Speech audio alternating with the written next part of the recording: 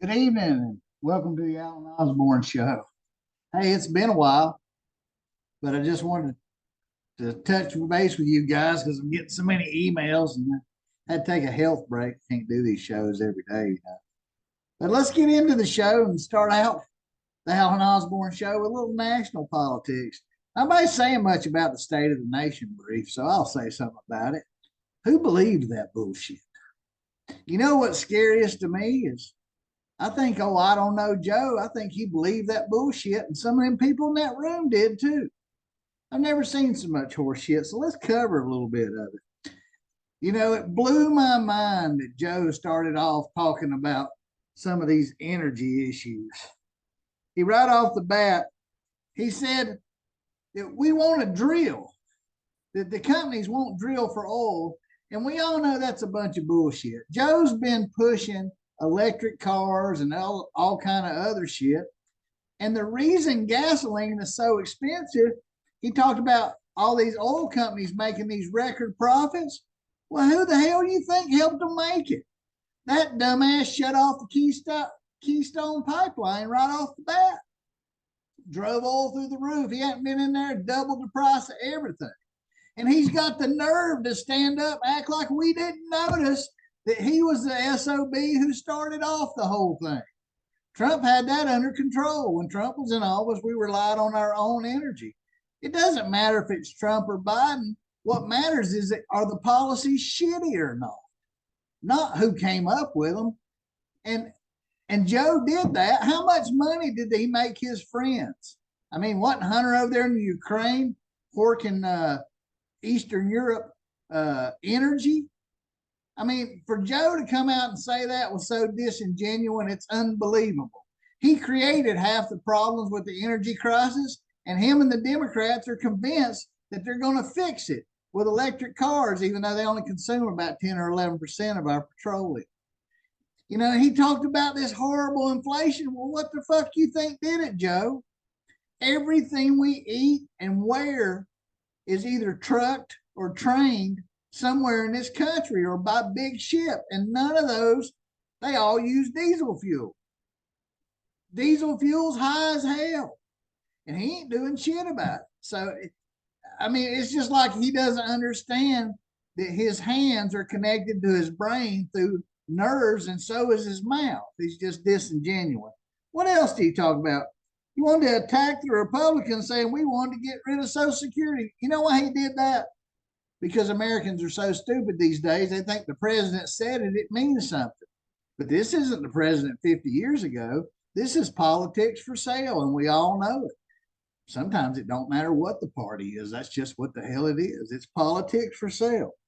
Republicans aren't saying they don't want to get rid of Social Security, but he talks about these health care costs and all that, and all this stuff. It's illegal.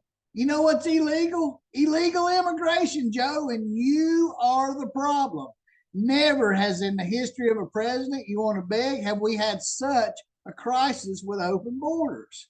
Why is medical care that he talked about so expensive? Because we're paying for every swinging Richard and Nancy that gets into this country that's not legal to get some free medical care. In fact, if you want to come to America and be illegal, doesn't matter if you're from Mexico, New Zealand, somewhere in the Middle East, Africa, if you have the word illegal in front of you, you're costing the rest of us legal taxpayers a freaking fortune, and we all know it. And what dumbass thinks that America has an obligation to be a charity from the rest of the world and treat illegal people better than we treat our own citizens and veterans? Again, Joe doesn't live in reality. And you know, he brought Tyree's parents up there to make a spectacle of this shooting and the police and said we got problems with the police. Well, maybe we have problems with the police because we have problems with accountability in America. Well, you're part of that problem, Joe. How can you attack the police when your U.S. immigration police force that work for you, Joe, they ain't securing the border? Talk to Texas and those people. We all know it. They're coming into Florida. You're busting people around the country, and you have the nerve to talk about the lack of faith in the police force. It's a lack of faith in government.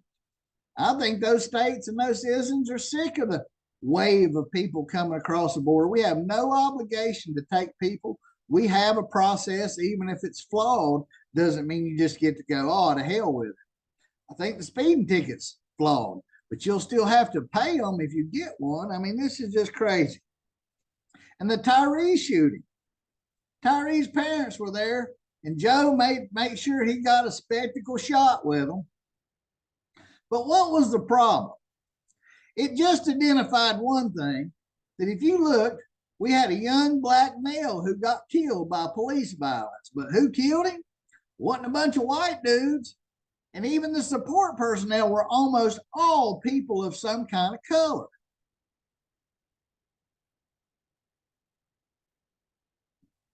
And what that means is that color doesn't matter. And religion doesn't matter. And a lot of these things don't matter. You know what matters? Were they good cops and good people, or were they people who took advantage of their position? And they ain't got a damn thing to do with color, race, religion, or sex.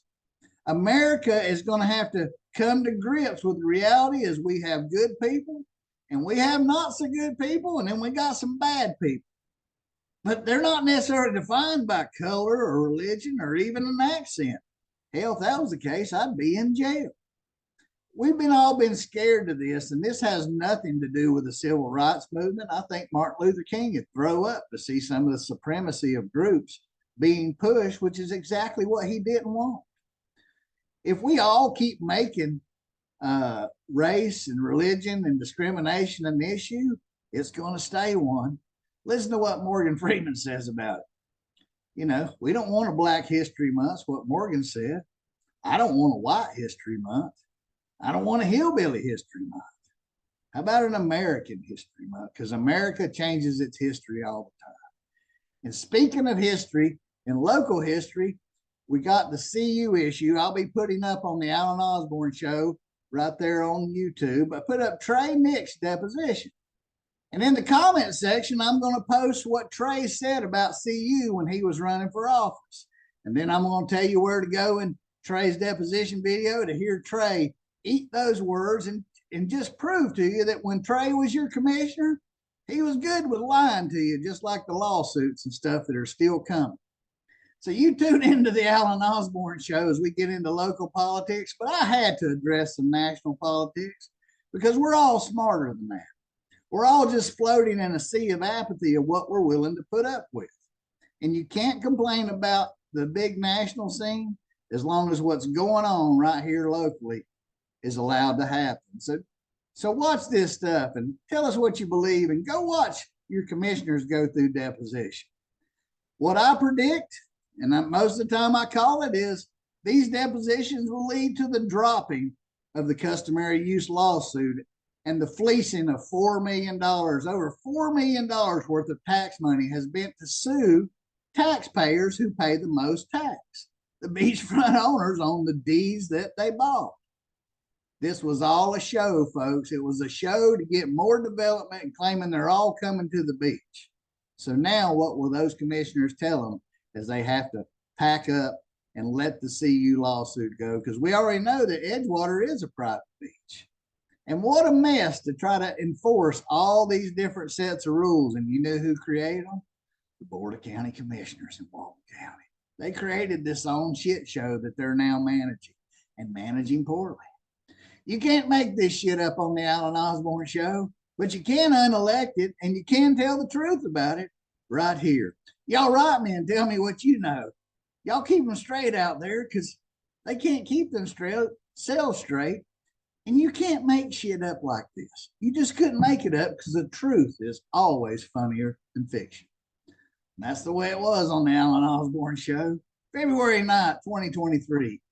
Tune in to see if CU goes away and what happens. Did Barker resign? What's happening with the sexual lawsuit, and what's going to go down on the next round of depositions for the county commissioners? Oh, Commissioner John, save us from this mess, and let's elect 2 more to help her. Who will the governor appoint in Barker's place? These are all questions we want to know on the next Alan Osborne Show. See you next time.